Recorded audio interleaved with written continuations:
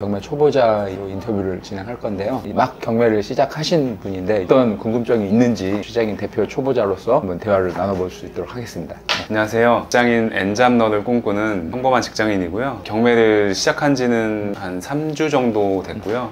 이것저것 궁금한 게 많아서 에릭님을 찾아뵙게 됐습니다. 직장인도 경매를 도전할 수 있을지가 좀 궁금합니다. 그럼요. 예, 직장인도 충분히 경매에 도전할 수 있고요. 저 같은 경우도 이제 직장 다니면서 약 15년 전부터 했기 때문에 직장인도 충분히 엔잡으로 할 수 있는 좋은 그런 투자 수단이라고 저는 생각을 하고 있습니다. 그리고 한간에는 경매하는 사람은 임차인을 막 쫓아내는 그런 나쁜 편견이 있는 것 같은데 네네. 실제로는 어떤지 좀 궁금합니다. 네, 일단 뭐 경매라는 것 자체가 법원에서 경쟁 매매를 통해 부동산을 매각을 하는 거잖아요. 정상적인 부동산 시장에서는 이제 거래가 안 되는 물건들이에요. 어떻게 보면 정상적인 거래가 됐다면 일반적인 이제 부동산 매매를 통해서 진행을 했겠죠. 근데 그게 아니라 뭐 여러 가지 가압류라든지 근저당이라든지 이런 권리관계가 복잡해서 일반적인 상황에서는 매매가 안 되기 때문에 이제 법원 경매를 통해 진행을 하는 거고, 여기에 경매라는 걸 통해서 나온 부동산은 여러 가지 이해관계인들이 있겠죠. 뭐 채권자부터 채무자, 심지어는 뭐 국가기관까지 연결이 되어 있는 경우도 많고 해서 결국에는 이제 살고 계신 분들의 명도에 대한 문제가 있는데, 뭐 물론 임차인을 쫓아내는 사람이라는 이런 편견이 있을 수도 있는데 결국에는 일반적인 거래가 안 되는 걸 법원 경매를 통해 낙찰을 받고 이제 낙찰자가 이제 해결하는 과정이라고 저는 생각을 하거든요. 임차인 중에서는 또 자기가 이제 임차 보증금에 대해서 배당을 받고 나가고 싶어하는 분들도 은근히 많아요. 자기가 오랫동안 여기 임차인으로 살고 있었는데 이제 이사를 가고 싶은데 못 간 경우도 있고, 낙찰자가 꼭 임차인을 쫓아내는 그런 편견은 조금 아니라고 보고. 경매를 공부하는 방법이 여러 가지가 있는 것 같은데요. 네네. 초보자가 경매를 배우려면 어떤 식으로 접근을 해야 되는지 궁금합니다. 지금은 뭐 워낙 이제 정보가 많기 때문에 유튜브부터 해서 뭐 책, 오프라인 강의도 많고 카페 뭐 정보가 넘치잖아요. 계신 분은 어떻게 경매를 그럼 처음 접하게 되셨는지? 저는 우선 에릭님의 책을 네네. 가장 먼저 접하게 됐고요. 네. 바로 이제 오프라인 강의가 개강이 돼가지고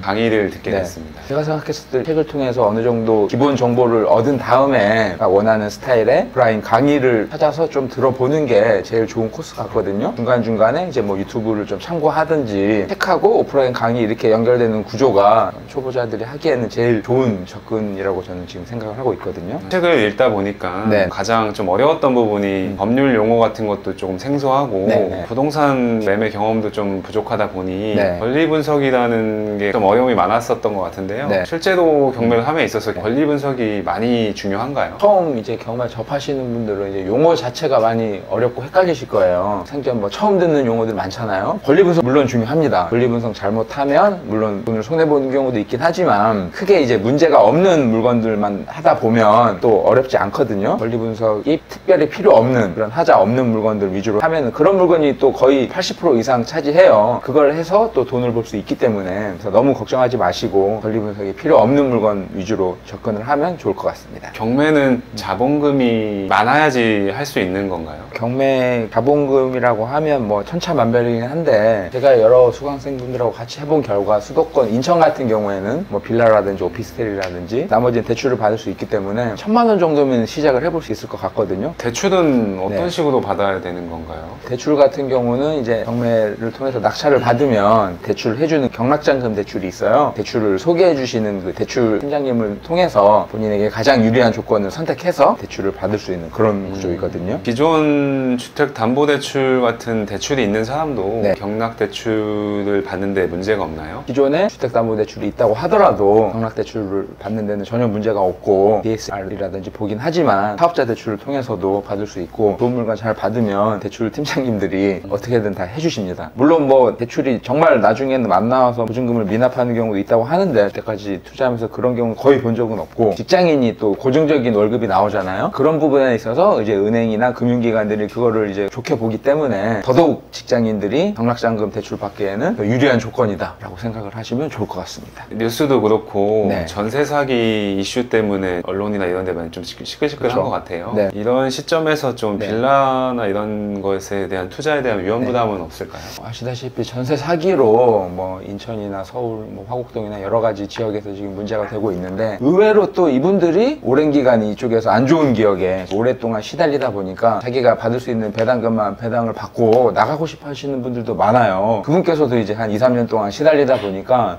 자기도 빨리 분들이 집에서 나가고 싶다, 보증금 빨리 받아서 나가고 싶다라고 하는 경우도 있고 하기 때문에 너무 부담 갖지 말고 임장을 가서 괜찮은 물건이다라고 하면 낙찰 받아서 가지고 가셨으면 투자에 대해 너무 주저하지 않으셨으면 좋겠습니다. 다주택자에 대한 취득세 중과세 문제로 네. 실제 경매 투자에 어려움이 많다고 들었는데 네. 어떤 식으로 투자 플랜을 실행을 해야 될까요? 다주택자, 뭐 2주택이나 3주택 이상 되신 분들은 아무래도 공동주택가 공시지가 1억 이상이면 취득세를 12%까지 내기 때문에 1억 이상 물건에 대해서는 투자하기 어렵다고 봐야 돼요. 그래서 1억 이하 물건들을 많이 찾고, 서울은 좀 1억 이하 물건들이 많이 없긴 하지만 네. 바운더리를 넓혀서 인천이나 뭐 경기도 쪽에는 이제 1억 이하 아파트가 됐건 빌라가 됐건 그런 물건들이 많이 있거든요. 또 하나 말씀드리면 오피스텔 같은 경우는 취득세가 다주택자라도 4.6%잖아요. 오피스텔 같은 경우 지금 가격이 많이 떨어져 있어요. 그런 오피스텔 투자도 지금 저는 굉장히 좋고 또 많이